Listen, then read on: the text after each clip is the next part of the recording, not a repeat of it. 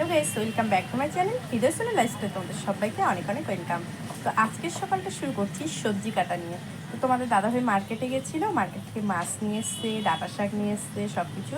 তো আলু ডাঁটা দিয়ে মাছের ঝোলটা করব, আর ডিমটা মাছের ডিম আনছে, তো মাছের ডিমটা মানে এমনি ভাজা করে দেবো, আর মাছের তেলটা বেগুন আর টমেটো দিয়ে করব।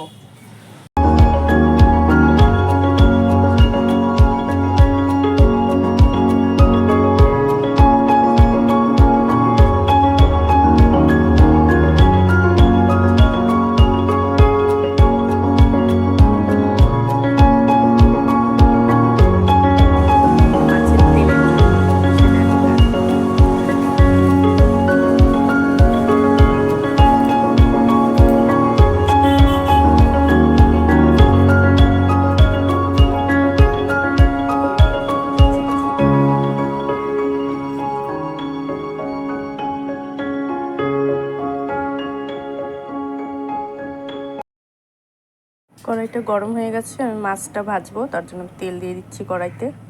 কড়াইটা পুরো গরম হয়ে গেছে, মাছগুলো দিয়ে দেবো।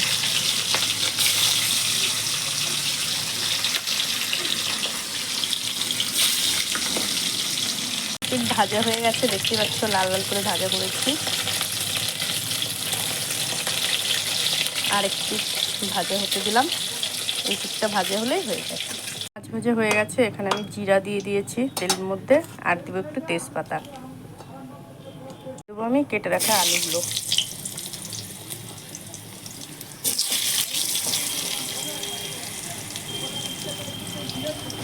আলুটাকে আমি হালকা ভাজা করে নিয়েছি, এখন এর মধ্যে দিয়ে দেবো এই যে ডাঁটা কেটে রেখেছিলাম, ডাঁটা, এখানে আছে জিরা, লঙ্কা বাটা আর টমেটো একটু কেটে দিয়েছি, এটা এখন দিয়ে দেবো।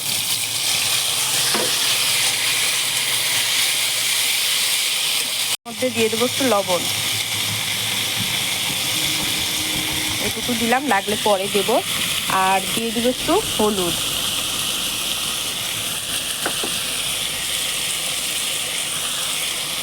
সুন্দর করে এবার এটাকে কষিয়ে নেব। এটাকে সুন্দর করে কষানো হয়ে গেছে, এই যে দেখো, জলটা দিয়ে দেবো।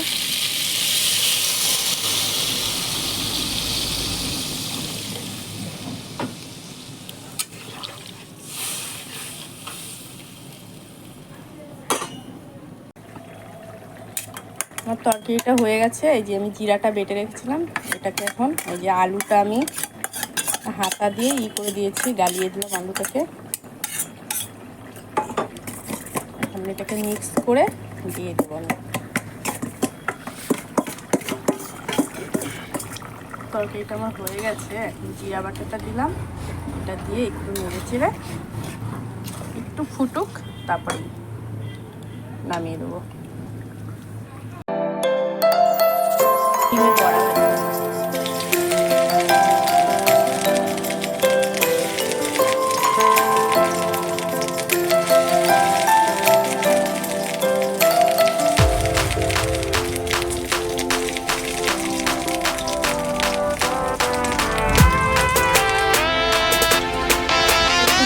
দিয়েছি, পেঁয়াজ কুচিগুলো,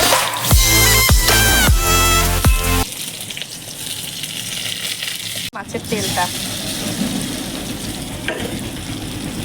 সুন্দর করে একটু নেড়ে এটাকে একটু ভাজা ভাজা করব, তারপরে বাকি যে কেটে রাখা বেগুন আর টমেটো সেটা দেবো। তেলটা একটু ভাজা হবে, তারপরে আগে সবজিটা দিলাম না, কেন কি একটা কাঁচা তেলের একটা গন্ধ থাকে, তো সেই জন্য আগে তেলটা ভাজা করে তারপরে সবজিটা পরে দেবো।